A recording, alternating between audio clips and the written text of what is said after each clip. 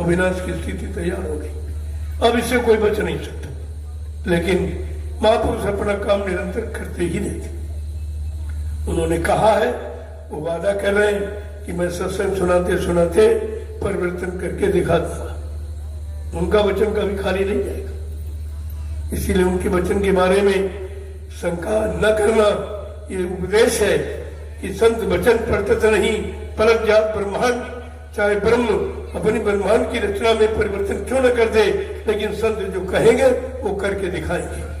बाबा जी ने आपसे वादा भी किया, तुम वादे को भूल गए। जब गुरु का वादा भूल गए हो, गुरु के वचन भूल गए, तो गुरु भक्ति कैसे करोगे? और तभी गुरु भक्ति नहीं करते, चेला भक्ति करने लगे। सब चेला भक्ति करने की तरफ से गुरु भक्त कोई नहीं रहा। जब गुरु भक्त नहीं हो तो गुरु से मिलने वाला लाभ भी तुम्हारे हिस्से में नहीं है। अब हमारे मन को अभी क्या, तो आगे समय खराब आ रहा, बहुत खराब समय, इसलिए वाणी को विराम दिया जा रहा। मैंने 2 बरस के लिए विराम दे दिया है कि बाहर निकल के नहीं जाऊंगा।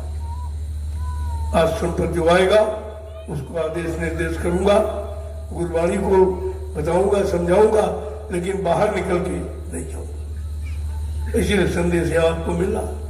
अब ये भी बंद हो जाए तो प्रेरणा होते देर नहीं लगी, लेकिन वो प्रेरणा करने आए नहीं, वो बचाने आए। अगर रामचंद्र की तरह से काल शक्ति होती, अब तो मार काट के खलियान कर देती, लेकिन तू की दयाल है, दया करने आए हैं, रक्षा करने आए, माफ करने आए हैं, बचाने आए हैं, उद्धार करने आए, कल्याण करने आए हैं, वो काम नहीं करते। अगर आप नहीं मानोगे तो वो चार्ज कुदरत को दे देंगे। कुदरत है तैयार खड़ी, आगे मुसीबत बड़ी बड़ी।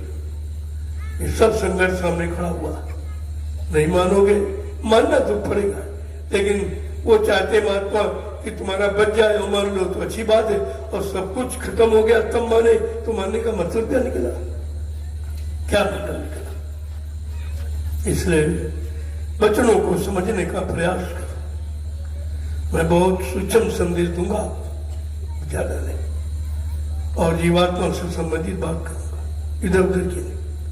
संत मत में इधर उधर की बात हमारा ही काम ही नहीं है, लेकिन चूंकि अब जिनका काम वो कर नहीं रहे, अब संकल्प तो जीवात्मा को पार करने का लिया गया, और जीवात्मा का उद्धार कल्याण करना ये किसी की बस की बात है नहीं, ये भौतिक ज्ञानी की बस की बात नहीं है। इसलिए महात्माओं को वो काम करना पड़ा कि अपनी जीवात्मा की संभाल के लिए। तो ये भी कहा कि सब नहीं जाएंगे, मुट्ठी भर लो बचे। तो देखिए कितना बड़ा संकेत है, मुट्ठी भर लो बचे। कहा बच्चा परिवर्तन तो होगा, लेकिन मुट्ठी भर लो बचवाई। और संख्या भी बताई कि चौथा साकेत महायज्ञ जो सजीव आगमन का करूंगा, उसमें 1 करोड़ 10 करोड़ प्रेमी इकट्ठे। चेला कितने? 45 करोड़। इतने तो पहले ही साफ हो गए, इतने पहले निकल गए। कोई इधर भाग गया, उधर भाग गया, कोई स्वार्थ में, कोई लोभ में, कोई लालच में, कोई पद में, मतलब इसमें चले गए। 10 करोड़ बचेंगे।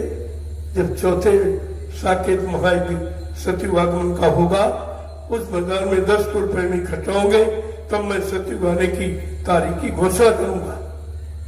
ये सब झूठ बोलते, इधर उधर बातें करते, इनकी बातों में मत आना, किसी के बस का कुछ नहीं, किसी को।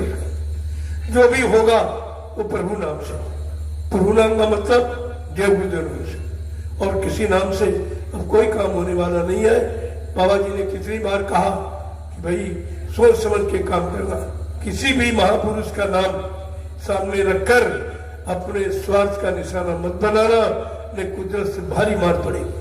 कहाँ सुनते? कोई किसी को पकड़े घूम रहा, कोई किसी को पकड़े घूम रहा। अरे तुम्हें जिसे पकड़ना चाहे उसको पकड़ो। सर्वप्रथम अपने मन को पकड़ो, जिससे विकार हुआ है और जिससे दोष हुआ है, जिससे अपराध हुआ है, जो नरक में जाने का आदि बन गया है, उसको पकड़ो। ये तो पकड़ता नहीं कोई। तो ये सब विचारी विषय है।